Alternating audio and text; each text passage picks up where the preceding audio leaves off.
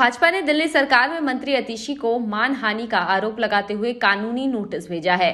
साथ ही सार्वजनिक माफी की मांग की है। यह घटनाक्रम अतिशी के आरोप लगाने के एक दिन बाद हुआ है। दिल्ली की कालकाजी से विधायक अतिशी ने आरोप लगाया था कि भाजपा ने उन्हें एक संदेश के माध्यम से अपने खेमे में शामिल होने के लिए आमंत्रित किया था। अतिशी ने मंगलवार को आरोप लगाया था कि उन्हें एक करीबी सहयोगी के माध्यम से भाजपा में शामिल होने का प्रस्ताव दिया गया था। साथ ही इनकार करने पर गिरफ्तार करने की धमकी भी दी गई थी।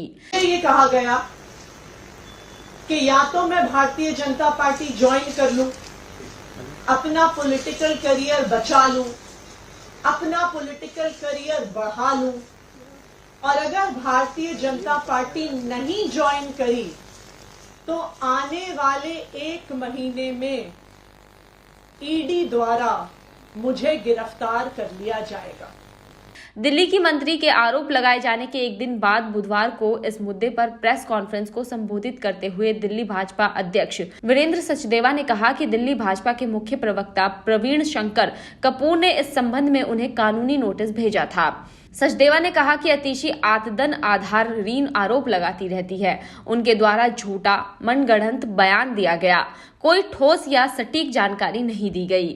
दिल्ली भाजपा प्रमुख ने कहा कि उन्होंने अपने आरोपों के समर्थन में महत्वपूर्ण विवरण का खुलासा नहीं किया है, जैसे कि उनसे किसने संपर्क किया, कब संपर्क किया, क्या उनसे संपर्क करने वाला व्यक्ति करीबी परिचित था, वे कौन थे और किसके निर्देश पर बातचीत हुई। उन्होंने कहा कि जब भी अतिशी या उनकी पार्टी राजनीतिक परिस्थितियों में घिर जाती है तो वे कानून तोड़ने या नेताओं की गिरफ्तारी की कहानियां सुनाते हैं। ऐसा हाल ही में 2 बार किया गया है, लेकिन कोई सबूत नहीं दिया गया।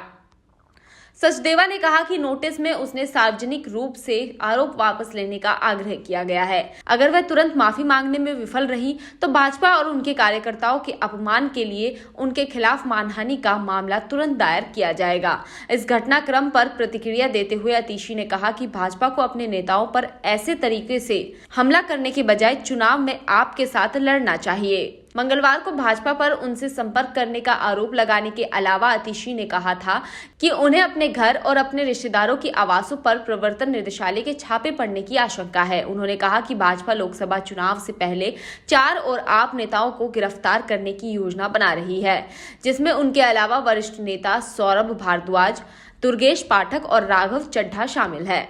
अतिशी ने कहा था, मुझसे कहा गया था कि या तो मैं बीजेपी में शामिल हो जाऊं और अगर मैं नहीं होती हूं तो 1 महीने में ईडी द्वारा गिरफ्तार कर लिया जाएगा।